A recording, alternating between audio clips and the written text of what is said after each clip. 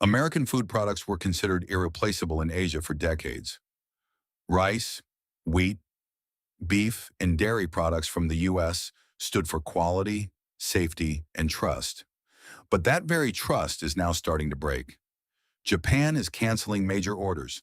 South Korea is replacing famous Texas beef with Canadian products. Indonesia is buying less and less U.S. wheat, while Singapore is opening new trade routes for shipments from Canada.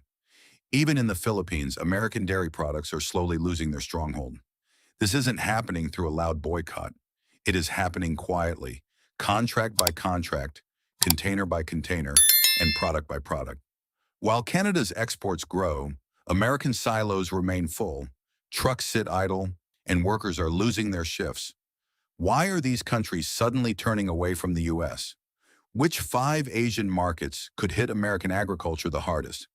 And is Canada actually becoming Asia's new food supplier? The answer starts with a country that was among America's most loyal customers for decades, Japan.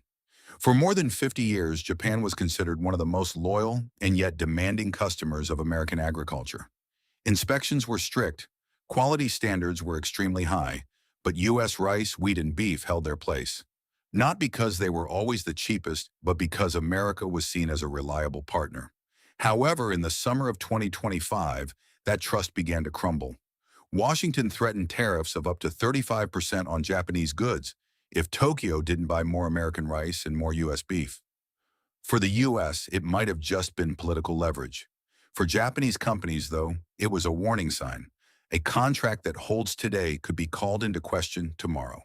The reaction came without protests and without big headlines.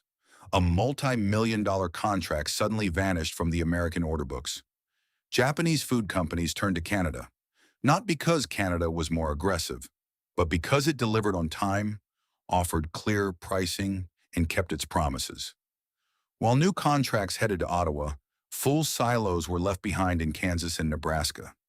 The wheat was ripe, but the trucks didn't come. For the farmers, this didn't just mean less profit, but the bitter realization that even a decades-long loyal customer doesn't stay forever. And if even Japan turns its back on America, a troubling question arises. Which country follows next? 2. South Korea. Not long ago, American beef was considered almost irreplaceable in South Korea. Texas steaks were in the refrigerated aisles of major supermarkets, U.S. beef was served in family restaurants, and for many it was the familiar taste of a long-standing trading partner.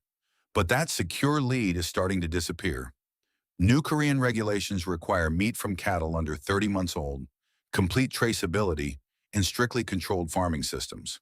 While the American meat industry struggled with labor shortages, rising transport costs, and slow adaptations, Canada reacted immediately. One product in particular took center stage: snow beef from Saskatchewan. This meat is a cross between Japanese Wagyu and Canadian cattle breeds. The animals are raised with low stress and aren't pushed for fast growth. The result is finely marbled, exceptionally tender meat with a mild, slightly sweet flavor. Even Japan, known for its strict import standards, had already accepted snow beef. Soon, major supermarkets in Seoul changed their labels. Restaurants added Canadian meat to their menus, and more customers stopped automatically reaching for Texas beef. For America, this quiet shift has serious consequences. Plants in Nebraska are cutting shifts, and smaller ranches in Montana are selling off parts of their herds. If even Texas beef, once a symbol of American quality, can be replaced, which product will lose its place next? 3. Singapore. Singapore doesn't make decisions based on grand promises, but on minutes. In one of Asia's most important logistics hubs, every hour counts, especially with fresh food. A delayed container can be enough for meat, milk, or vegetables to lose value. This is exactly where America is starting to lose its previous advantage. Since the end of June, Canadian refrigerated shipments have been increasingly preferred in Singapore.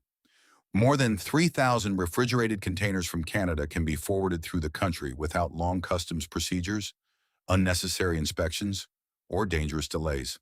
For traders, this means one thing above all: predictability. The American supply chain, on the other hand, is struggling with staffing shortages, overloaded ports, and a lack of workers in cold storage facilities. Trucks wait, containers sit idle, and delivery dates shift. In the fresh produce industry, this isn't a small problem. Just a few hours can determine whether a product can still be sold. Canada doesn't even have to be faster.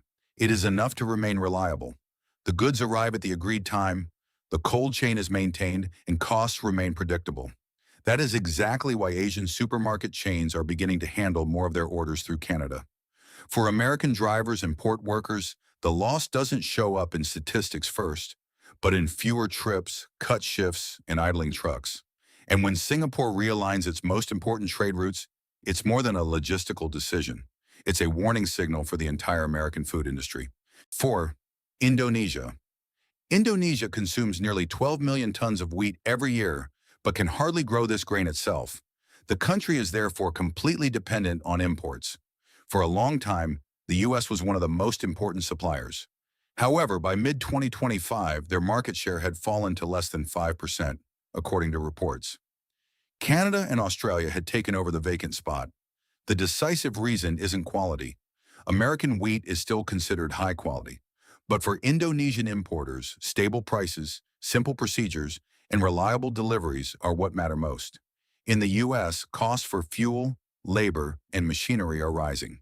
At the same time, prices, quarantine conditions, or political requirements can change on short notice.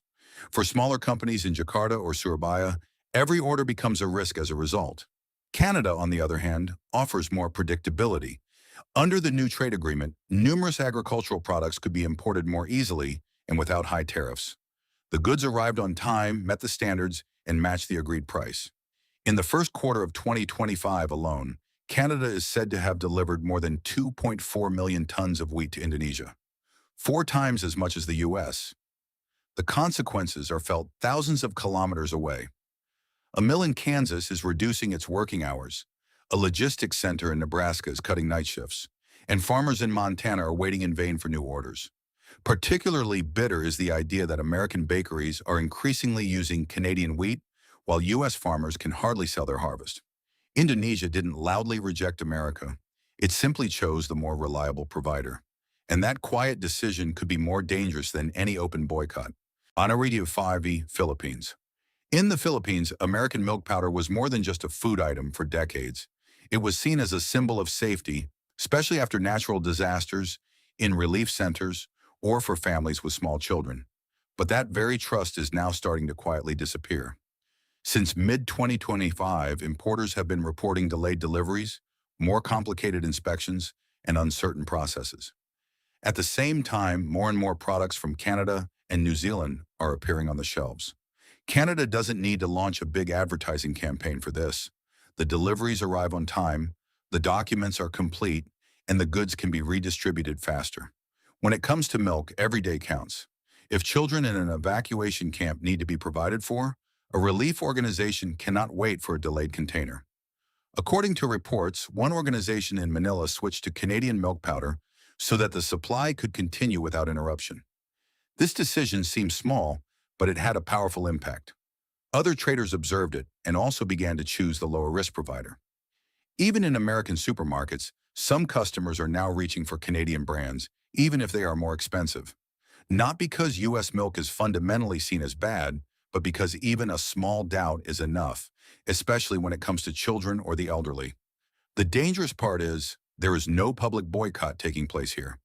One can is replaced, one trader switches suppliers, one mother recommends a new brand. Step by step, a trust that was taken for granted for decades is disappearing. And once that trust is lost, good quality alone might no longer be enough to win it back. America was seen as Asia's indispensable food supplier for decades, but Japan, South Korea, Singapore, Indonesia, and the Philippines are increasingly choosing Canada. This shift isn't happening through a loud boycott, but quietly, contract by contract and shipment by shipment. Canada is gaining market share because it delivers on time, offers stable prices, and adapts more quickly to new requirements. For American farmers, drivers, and factory workers, this means fewer orders, full warehouses, and cut shifts. It's not too late yet, but quality alone is no longer enough. America must win back trust, stability, and reliability. What do you think? Can America make a comeback, Or will Canada permanently become Asia's most important food partner? Write your opinion in the comments and subscribe to the channel.